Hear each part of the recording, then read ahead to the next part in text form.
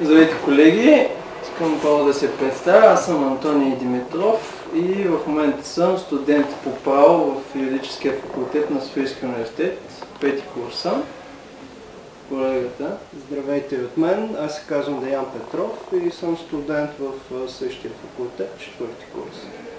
Искаме да ви представим един различен поглед върху правото въобще, тъй като смятаме да разискваме в тази дискусия и надявам се в последващи дискусии, които ще се организират, проблеми, които нямат нормативно разрешение в нашата правна система, нямат и съдебна практика по тях, но са с важно практическо значение според нас. Сравнително правно тези проблеми са разрешавани от системите на Германия, Франция, Англия и така нататък. Ние сме почерпили малко знание от тях, почитайки тяхна съдебна практика, доктрина и така нататък. И през призмата на нашето право ще се опитаме да пресъздадем едно разрешение, което ние мислим за коректно. Макар че разрешение в същинския смисъл на думата не може да има, предвид, че липсата на нормативна регламентация и възможности за аналогия са много и до един окончателен извод, както ще видите в дискусията, не може точно да се достигне. Да започна всъщност с казуса, който ще ви представя. Да, само бих допълнил, че ще разгледаме конкретен казус, който обаче обхваща доста фундаментални въпроси, засягащи цялото частно право. Казусът е следния. Да кажем, че ние ще наименуваме лицата, понеже няма точно наименование на субектите. Единия ще го наименуваме първоизточник, другия ще го наименуваме разпределител и другите дружества ще ги наименуваме като посредници на крайни получатели. Тоест, те са дружества, които получават даден ресурс и после го разпределят на дадени потребители, като отношението е между търговец и потребител. Сега, какво имам предвид? Да кажем, че имаме едно дружество извън България, което предоставя на българско дружество специфичен ресурс. Да кажем, че този ресурс е специална порода китайски зайци. Това е реален казус, който се е разрешавал в Англия. Chinese Frozen Rabbits. Много популярен казус. И да кажем, че от Китай в България се доставят тези зайци на едно българско дружество, което казахме, ще го наименуваме разпределително. То ги разпределя между други дружества и в крайна сметка тези други дружества ги продават по българските магазини, нали, и стигат до нас обикновените хора, потребители. Обаче, в Китай съответно става така, че зайците заболяват едната година и се налага забрана за експорт на зайци. В отношенията между българското дружество разпределител и съответно китайското дружество, което е първоизточника, няма как, съществува непреодолима сила, тъй като не може да се доставят повече зайци поради забраната на правителството на Китай за експорт на такива стоки. Но в българското дружество разпределител са останали известни количества от тази стока. И да кажем, че са останали 10 тона замразени китайски зайци.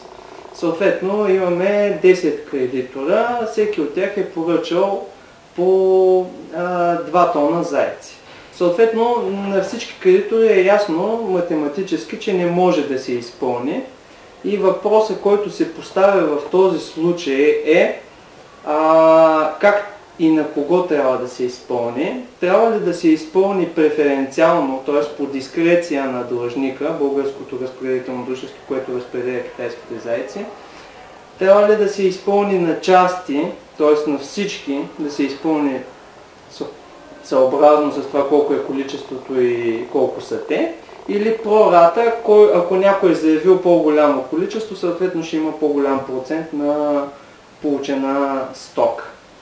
И този казус е бил предоставен на съдилищата на Англия и те са стигнали до определени заключения.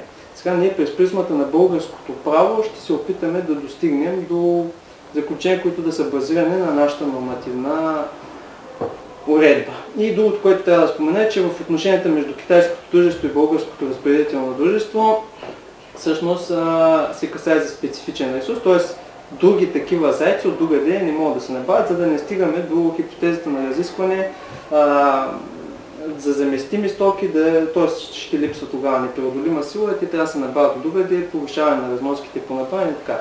Приемаме, че са специфичен ресурс, те си го наименували като такива, не може да се набавят от другаде, между тях съществува непреодолима сила и задаваме тези въпроси, които уточних аз.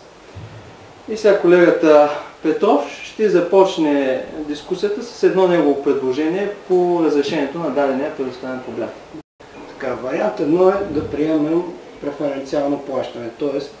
понеже ресурса стига за пълно изпълнение на един от кредиторите, просто длъжника произволно или по някакъв критерий да избере на кого да изпълни.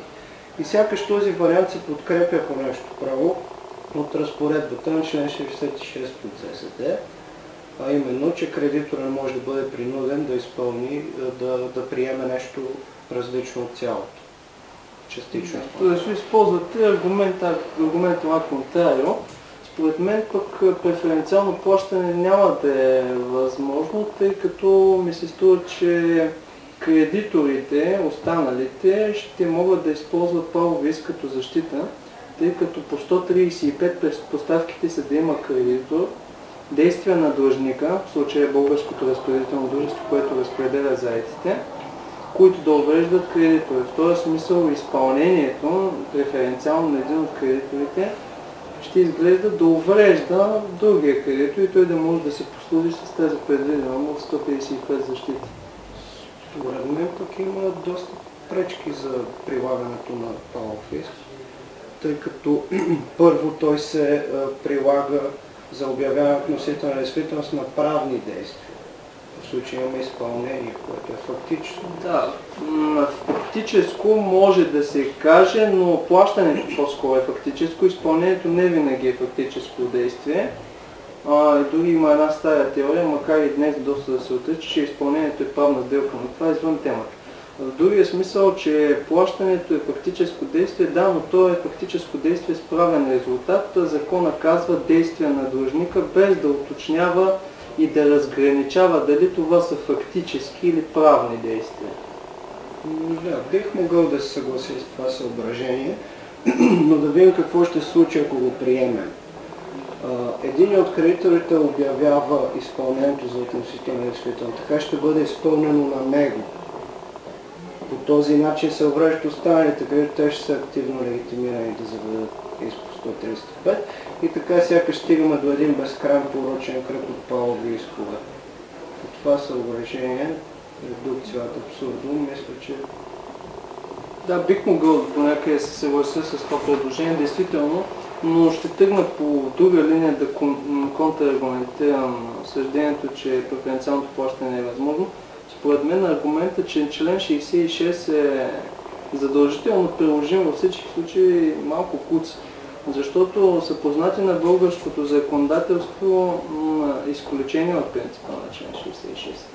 Такава е хипотезата на член 76 от същия закон ЗЗД, алинея 1, последната хипотеза, когато към кредитор съответно има еднородни задължения, които, ако не са на лице останалите предпоставки по 76, се погасяват съразмерно, т.е. кредитор е длъжен да приеме частично плащане. Освен това, хипотеза, която кредитор е длъжен да приеме частично плащане, имаме и в Търговския закон производството по несъстоятелност. Освен това, в старото право имаме при предпазния конкордат имаме такива норми, които задължават кредитора да приема частично плащане. Отделно малко трудно уловими са хипотезите, които сега ще кажа. Примерно, ако имаме един кредитор, длъжник и поръчител, съответно кредитора дава заем за потребление на длъжника в размер на 100, да кажем лева, нали? За да не влизаме в големи цифри, няма смисъл, просто казус. Обаче съзнава, че длъжника не разполага с 100, а разполага с имущество или пари в банка и така нататък, имущество, което се равнява на 40. Той дава заема за потребление само ако има поръчител. Поръчителя обаче също няма достатъчно имущество да покрие съответния заем за потребление, т.е. разполага примерно с 60. Тоест, само съвместно от длъжника и поръчителя, кредитора може да събере вземането си. В този смисъл трябва ли да кажем, че от длъжника предложи 40, което е частично плащане по отношение на кредитора, но е цялото негово имущество, кредитора ще каже, не, стоп, аз 40 не искам, искам 60. Или искам 100. Или когато поръчителя предложи 60, няма възможност за повече, понеже имуществото му е ограничено, съответно кредитора да каже не. Очевидно, че тая хипотеза визира, че има изключение от член 66, според мен. Друга хипотеза, която визира, че има изключение от принципа на член 66, е малко странната хипотеза на член 100, алинея 2 при цесията, когато цедентът се е задължил за платежоспособността на своя длъжник. Имаме цедиране от страна на цедента на цесионера за 100 000 примерно.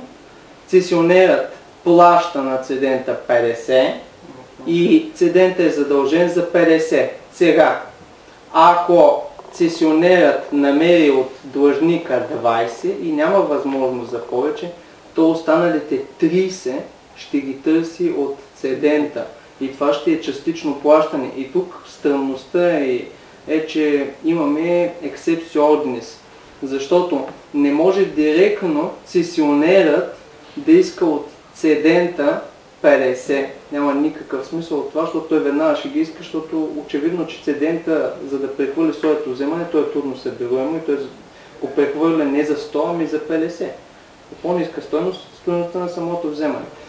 И логиката е такава, макар закона да не го казва, цесионерът да потърси начини за изпълнение на длъжника, колкото събере и да покаже доказателства и така нататък, че е търсил длъжника, успял, не успял и колкото успял да събере и след това да търси от цедента. И в този смисъл цедента плаща пак частично. И сега от тези всичките норми може да направим един извод. Когато имаме недостатъчен ресурс, пари, имущество, въобще, се оказва, че член 66 сякаш изнемогва пред принципа, че когато просто нямаме достатъчно ресурс, кредитора трябва да се задоволи с този ресурс, който е наличен. Така че от тези норми всъщност не са изключени, те са принципа поради своята многобройност, поред мен. Това е което мога да направя, което да ви контрирам, че всъщност според мен пък по-удачно е частичното изпълнение, а не преференциално. Всъщност бих могъл да съглася, макар че някои от визираните от вас хипотези са доста съмнителни, спорими. Бих могъл да се съглася, че частично или прората, което е част случай на частично плащане, е най-справедливия вариант и дори бих добавил аргументи за това. Ами в случая имаме непреодолима сила за част от дължимото. Тоест тя следва да оправдава неизпълнението за тази част и прави, защото дължимата част да е цялото дължимо. Пак опираме до това, че ресурсът е ограничен поради непреодолимата сила, той е определен на наш зайци и съответно няма възможност за момента на траенето на непреодолимата сила да се изпълни. Да. Но за най-справедливо, аз въпреки че защитавам тази теза, мога да ви контраргументирам, защото справедливостта и добросъвестността са много гъвкави понятия. Нека да си представим, че всъщност частичното изпълнение е най-справедливо, но да видим тази хипотеза, дали то ще е най-справедливо. Защото на пръв поглед изглежда да е справедливо. Обаче, ако ресурсът всъщност е такъв, че няма смисъл да се престира на всички частично, защото по никакъв начин това никого няма да помогне по някакъв начин, да кажем, че ресурс е газ или нефт. Или някакъв ресурс, който ако е толкова малко, той се употребява за толкова кратко време, че по-добре да не беше предоставен. Горе-долу няма никакъв смисъл да се предоставя частично. В този смисъл се поставя на плоскостта на добросъвестността, дали всъщност частичното изпълнение пък е най-добрият вариант. Същото се поставя за преференциалното. Но да, има ги тези съображения, които казвате за недостатъчността и аз ги подкрепям и съответно ги аргументирах през призмата на тези норми. Но нека пък да се върнем на преференциалното, дали то не е вариант. Според вас има ли вариант да е? Всъщност той да е вариант? Смятам, че все пак би могло да се мисли по-скоро като изключение, защото да заменим зайците с някакъв ресурс от първа необходимост, например газ. Трябва да се доставя на няколко града. Имаме София и Хасково, например. София, бидейки по-голям град, има по-голяма нужда с оглед потреблението на жителите. Едно и също количество газ, престирано на София, всъщност и на Хасково, всъщност би направил така, че за София недостига да е много по-осезаем и вредите от такова частично изпълнение да са много по-големи. Защото все пак става въпрос за толкова пълна необходимост, много лица ще претърпят неимуществени вреди и мисля, че е ясно накъде бия. Затова питаме се дали не може да изпълним преференциално на София с аргумента, че по този начин избегваме настъпването на много по-големи вреди за София и действаме хипотеза на крайна необходимост. Крайна необходимост по смисъл на член 46, да. Комуто ползите няма и вредите, т.е. Хасково да си търси каквото има да търси от София, а нашето неизпълнение спрямо Хасково се оправдава поради факта, че действа хипотеза на крайна необходимост. Първо бих го оспорил на нивото чисто систематически, че крайната необходимост се намира в областта на деликтите, член 46, което е деликтна отговорност, докато тук едно плащане и договори, сякаш да няма такова отношение на крайна необходимост. Този аргумент е силно спорим, защото това означава по същата логика, например, да приемем, че член 63 не се прилага спрямо нищо след член 63 добросъвестност на изпълнението или спрямо институциите преди него, което е абсурдно. Да, би могло да си мисля, че систематически не е винаги най-правилно, защото систематически член 12 и 21 алинея 2 седят извън деликтите, ама са деликтна отговорност, но пък друго съображение мен ме хрумва сега, че всъщност ако говорим за крайна необходимост, действително, и изпълнявайки на София, всъщност ако бяхме изпълнени на Хасково, ще да има по-големи вреди, действително, защото София много хора биха заявили искове, що ги няма да сте неимуществени вреди.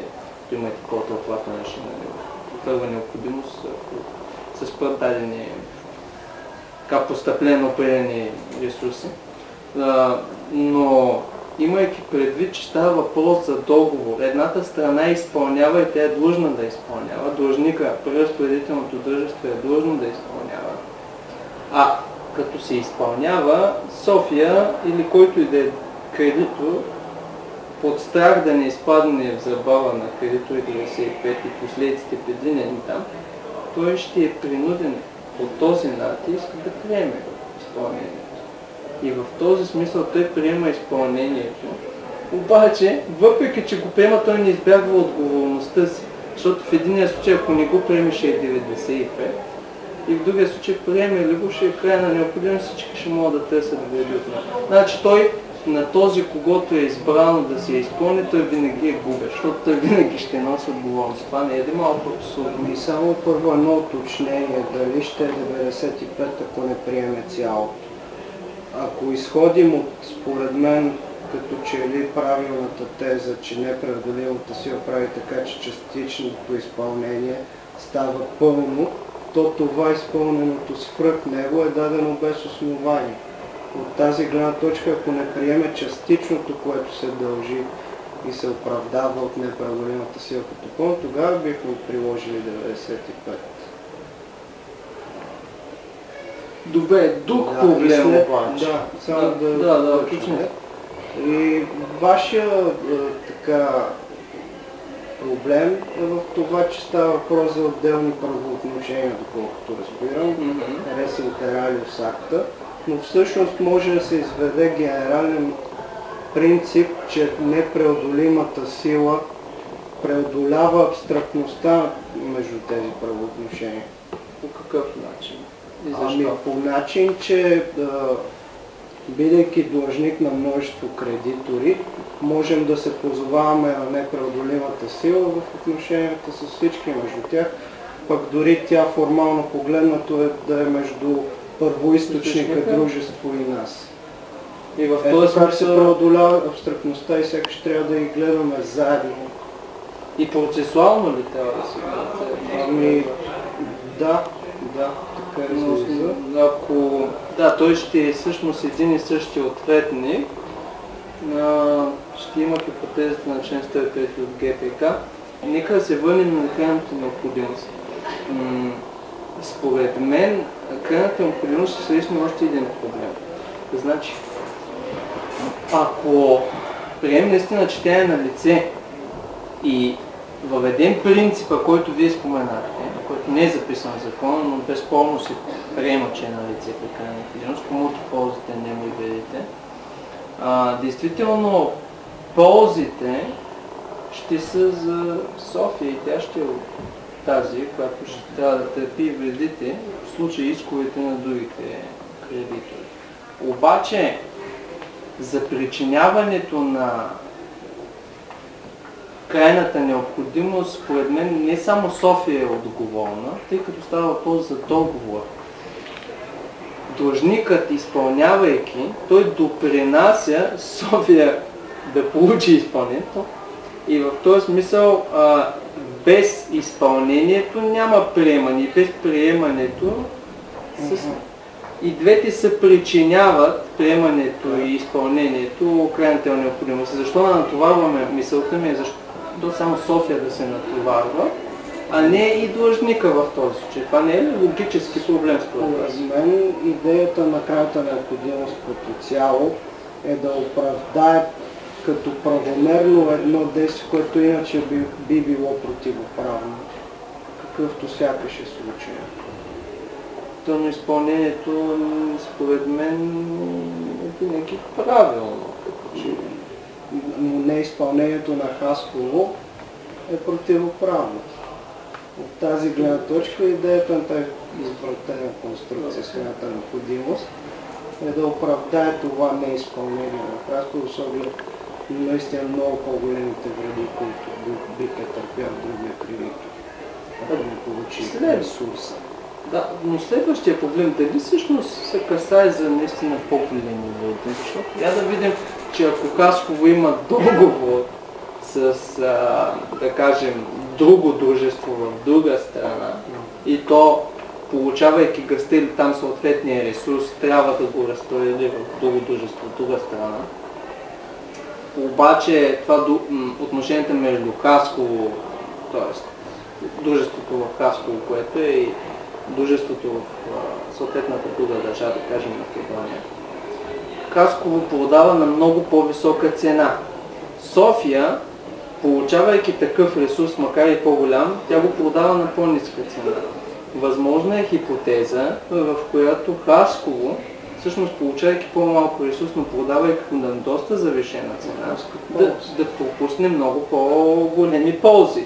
И в този смисъл Хасково би се оказало, че би претърпяло повече вреди. в икономическия смисъл. Разбирам това съображение, но вие сам казахте, че в случая вредите на Хасково са чисто икономически по характер, докато вредите на София са неимуществени.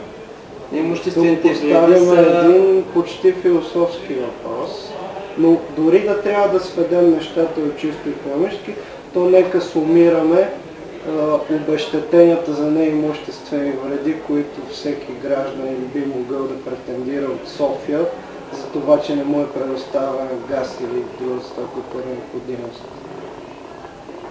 Ако по този начин се отнесем нещата, сякаш...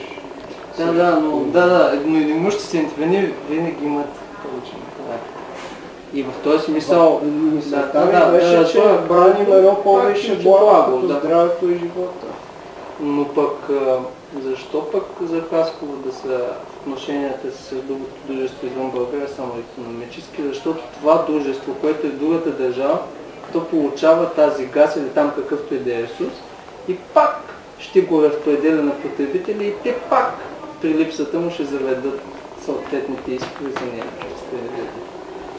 И ето, че сега по веригата имаме ли причинно-следствена връзка или нямаме ли тя е разсечена и къде трябва да спрем? Така че това е доста щекотлив въпрос според мен. Този мистичен извод е подходящ начин да завършим дискусията си. В крайна сметка нашият казус се оказа, че е леко неразрешим през призмата на нашата липса на нормативна база, решение и така нататък. Така че дадахме, мисля, известна храна за размисъл за известни възможни разрешения. И всъщност това е, според мен, е ролята на една такава дискусия, да се обсъждат въпроси, които нямат разрешение и има много пътища за решаването, за да видим, че правото всъщност не е винаги всемогъщо по някакъв начин, като закона урежда всички случаи, може да се окаже и доста често всъщност се оказва, че има такава празнина в закона, която просто трябва да се види от някого, да се коментира и да се търсят различни разрешения. Особено ако не робуваме на буквата на закона. Така че това е една наша възможна интерпретация и с това смятаме да завършим дискусията.